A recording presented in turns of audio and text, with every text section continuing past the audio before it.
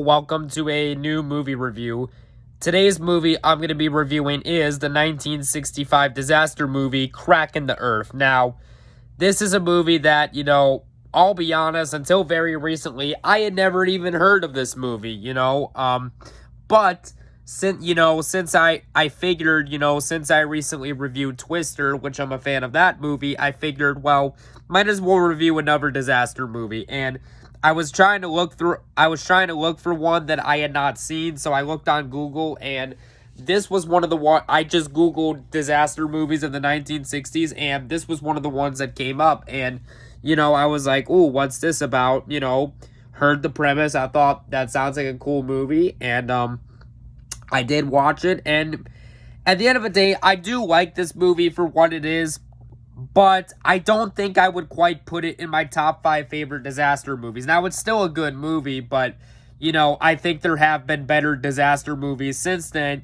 I think there have been better disaster movies since this has come out, of course, Twister, which I recently reviewed, Volcano with Tommy Lee Jones, which is very underrated, Dante's Peak I like, The Day After Tomorrow. There's just other disaster movies I think are better, but this is still good too. But anyways, what is the plot to this movie? Well, the plot of this movie is as follows.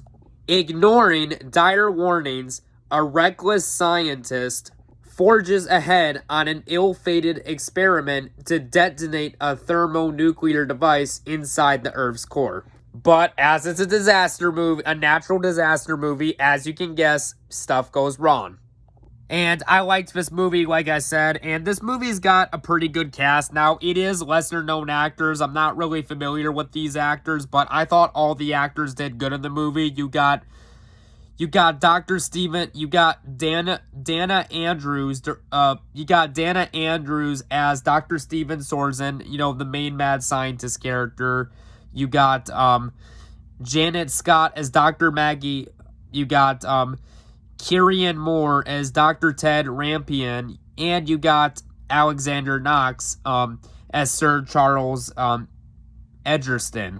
So, again, not actors I'm familiar with, but again, I thought that the actors did good in the movie. And, this movie was made on a low budget. It was made for, like, $875,000, which in today's standard, it's only, like, about $9 million, but when this movie came out in 1965 by Paramount, I think this movie was a hit, although I don't know for sure. Like, and here's the weird thing. Like, I Google, before I, record my reviews, I Google what the box office is to a movie if I don't know it, and I did that. But the weird thing is, like, I looked everywhere. Like, for whatever reason, Google apparently says that there's no actual information on, like, how much this made at the box office. So whether this was a flop or not when it came out, I don't know for sure. But what I can say is that when the movie was released on February 24th of 1965, the movie received positive reviews from critics, although a mixed reaction for audiences. But I enjoyed it. But yeah. And I think what I like about this movie the most is the cast. I mean, the cast is really what makes this movie. And I especially really like the main character, Dr. Steven, played by Dana Andrews. And I thought that he honestly was the best actor in the movie. And I also like the other characters too. I like Dr. Maggie Storson, which is his wife. And I also like the setting of this movie, where this movie basically takes place by an underground laboratory called Project Interspace, located in Tanganyika. I'm sorry if I butchered that. Modern-day Tanzania in Africa. So basically a secret underground laboratory in Africa. I thought that was a rather cool concept. And one thing I like about this movie is I think that Dr. Steven Sorensen and his wife, Dr. Maggie, they have really good chemistry together. You definitely buy them as husband and wife. There's even a scene where Dr. Maggie basically says that she wants to have a baby, and Dr. Steven is like, oh, but we have so little time and stuff like that. And he said, oh, but if I die, and he's like, if I die, she was like, I'll have a part of you left with me and stuff like that, which I thought that was a nice little scene there. And it does take a little bit to get going. Like like, in terms of the disaster stuff, like, the first disaster scene doesn't really happen until, like, about 31 minutes into the movie, but I do think the build-up works fine enough for what it is.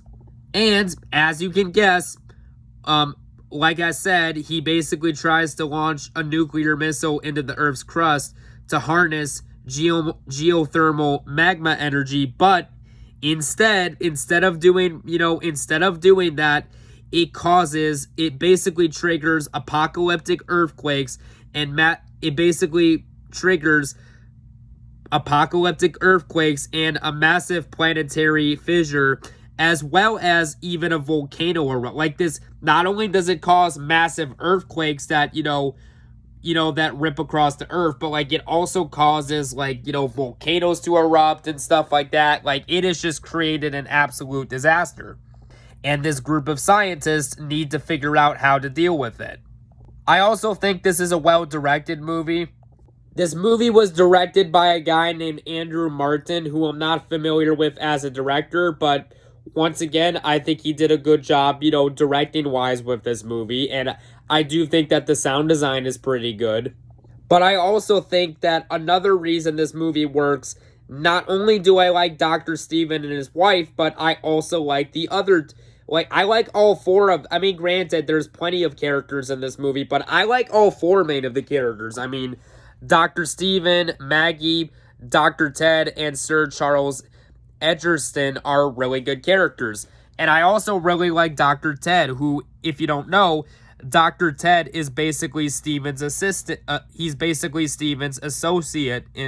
He's basically Steven's associate in the movie. So, and I thought that him and the other guy got together really well. And now, going to the part I was talking about with the first disaster scene, well, remember how I said that, basically how this triggered earthquakes and stuff like that? Well, it triggers a volcanic eruption, which we actually do see about 30 minutes in the movie. And I gotta say, for a movie that came out in 1965, the special effects on the lava actually do look pretty good. Which is impressive considering that this was 1965 and everything in this movie is done 100% practically. Which I respect. And practical effects will always be better than CGI as far as I'm concerned. And I also like the scene where two of the scientists are in a submarine and like a volcano, like there's an earthquake underwater that like even shakes the submarine, and like we see like a volcanic eruption, underwater. That's a cool scene. And I like the scene about halfway through the movie where, basically, the group of people are talking and they basically say that,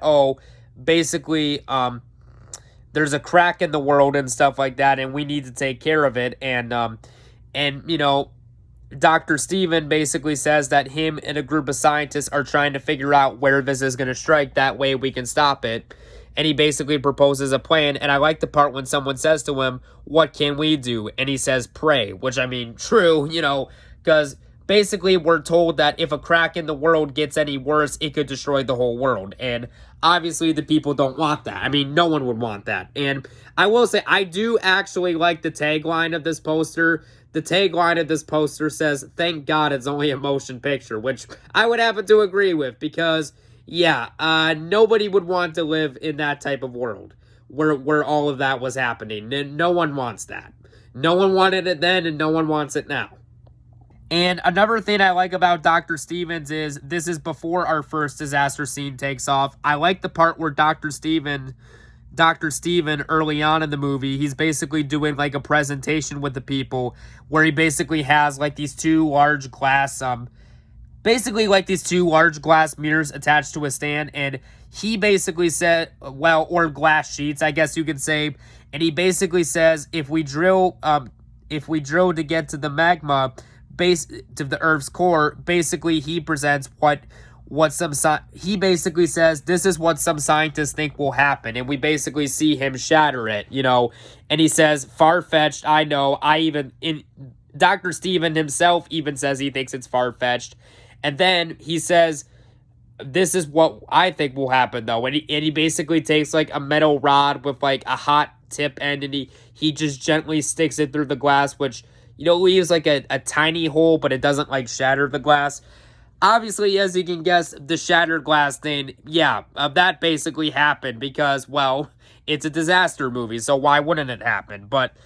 And I also do like the scene later on in the movie where basically the plan is they basically have to get a group of scientists to lure an atomic bomb, basically a bomb into the volcano to explode, to basically stop it from going across the rest of the world. And just that scene and the way it's filmed, I think is an intense scene, especially for 1965.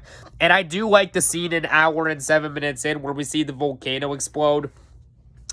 And then we, of course, we get to the end. Now, spoilers for a movie that's like 61 years old, but basically the movie ends where Dr. Steven chooses to remain at the underground control center to record the cataclysm, but he doesn't survive. But then, you know, Dr. Maggie and Ted basically take the elevator and they go up and they survive at the end of the movie. So yeah.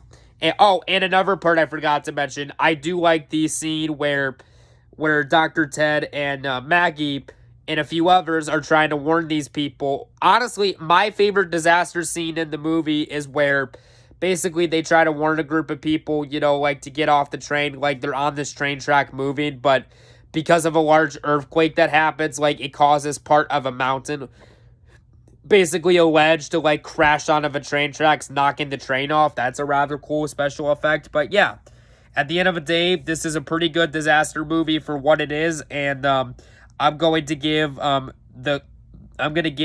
Crack in the Earth a 7 out of 10. So yeah. Anyways, guys, thanks for watching my review. I know this was a bit short, but, you know, whatever. It was nice and to the point. So, yeah. We will talk to you guys later. Bye-bye now.